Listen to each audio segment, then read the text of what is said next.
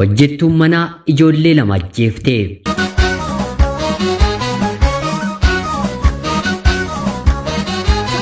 Guyyaa ashamaa akkam jirtu kabajamtootaaf hordoftoota qophii Oromiyaa 24 nagaaf jaalalli tokkummaan bakka jirtan hundaatti hunda keessaniif yaa ta'u jecha odeeffannoo haaraa ammaan kana nu qaqqabe isiniif qabadheen dhiyaadheeraatii hanga xumura qophii kanaatti laayikii fi sheer akkanumallee namoonni chaanalii keenyaaf haaraa taatan sabskiraayib gochuun maatii keenya akka taatan kabajaan isin gaafachaa kallachumaan gara odeeffannoo kanaatti kan isinin dabarsu ani Gammachiis Tashoomeeti.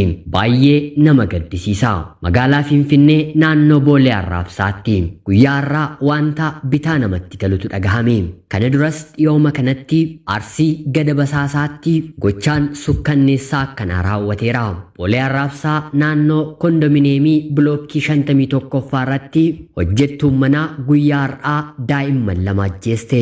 Tokko albeedhaan qaltee yeroo ta'u tokko immoo huutee ajjeesuuni. Maatiin hojiidhaa gara manaatti yeroo deebi'an ijoolleen isaanii lamaan lubbuun dabarteetti. Hojjettuun manaa kunis battaluma harka ishee poolisiif kennitee oltee isaan eegde. Haati hojiidhaa yeroo deebitu ijoolleen ishee lamaan du'aniiru.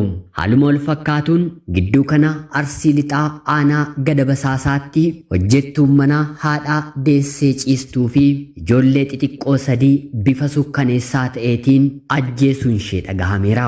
Baay'ee nama gaddisiisa.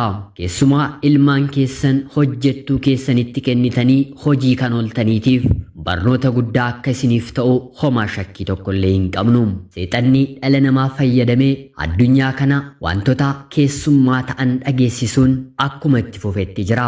Haatiif abbaan ganama manaatii yeroo bahan yeroo deebinu dhalli keenyi lubbuun dabartee nu eegdiin otoo hin taane laaqana nyaattee manni sirraa'ee bifa duriin ture. Haa ta'uutii garuu wanta isaanii yaannetu isaan mudate. Mana keessa jiraannu keessa hojjettuu gosa akkamii qacaranneerra? Maatii isaanii ni beekna. Amalli isaanii ijoollee keenyaaf ni ta'a. Kana dura mana eenyu galaniiru? Maaliif jalqaba mana sanaatii bahanii? Tarii mana keenya keessatti waa balleessanii yoo argamaniitiif ragaan qabanii maalidha? Gaaffiiwwan akkanaa dursinee gaafachuu baay'ee barbaachisaadha. Dhalli namaa yoo rakkate hojii argate hojjeta. Hojiiwwan bifa salphaatiin keessumaa immoo dubartootaaf argamu keessaan tokko hojjettuu manaa ta'uudha.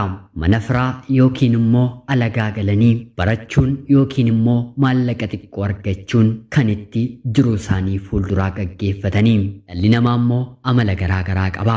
Tarii amala hojjettuu sanaatu gaarii ta'uu dhiisuu ni danda'a. Tarii immoo amala maatii namoota hojjettuu sana galchataniitu gaarii ta'uu dhiisuu ni danda'a. Mana nama tokkotti garuu ijaan kan arginu hojjettuu manaasaa dhala namaa godhee kan hin ilaalle kasareetti ilaaluu kan fedhu nama hedduutu jira.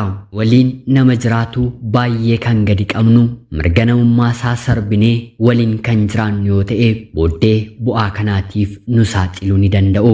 Namoonni mana keessanii hojjettuu manaa galfattan, hojjettuun manaa keessan hojii manaa dura hojjettan dhala keessan kunuunsuurraa kaasee isiniif dalagdee qopheessitee waan eegduuf akka dhala keessaniitti ilaalaa. Nuyis mana namaa gallee kan hojjennu waan gaarii hojjennee maatii keenya eeguu qabna malee jireenya isaanii kan jeequ gochaa gaarii hin taaneen isaan eeguu hin qabnu. Hanga danda'ame walii galteedhaan waliin jiraachuutu gaariidha. Kana ta'uu baannaan garuu bifa kamiin iyyuu gochaa akkanaa keessatti kufuun eenyumaaf iyyuu fala hin ta'u. Hojjettuun kun waggaa tokko yookiin immoo baatii 6 mana keessa jiraatte keessatti ofiis jireenya ishee balleessite jireenya daa'imman qulqulluu bor guddatanii ogummaa garaagaraatiin biyya maatii isaanii tajaajilan karaatti hambiste. Manni suni yoo ta'uufii baatee jijjiirrachuu yookiin immoo filannoo hojii gara biraa barbaaddachuu qabdi malee gochaa kana raawwachuun karaa kamiin iyyuu ni balaaleffatama. Duuwwan gaddaa hedduu guyyaa guyyaatiin biyya keenya keessatti ni dhageenya. Lubbuuwwan 100,000 guyyaatti biyya harcaa keessa jirra. Oduu akkanaa garuu kana duratti dhageenyee hin beeknu. Rabbi araara isaanuuf haa buusu.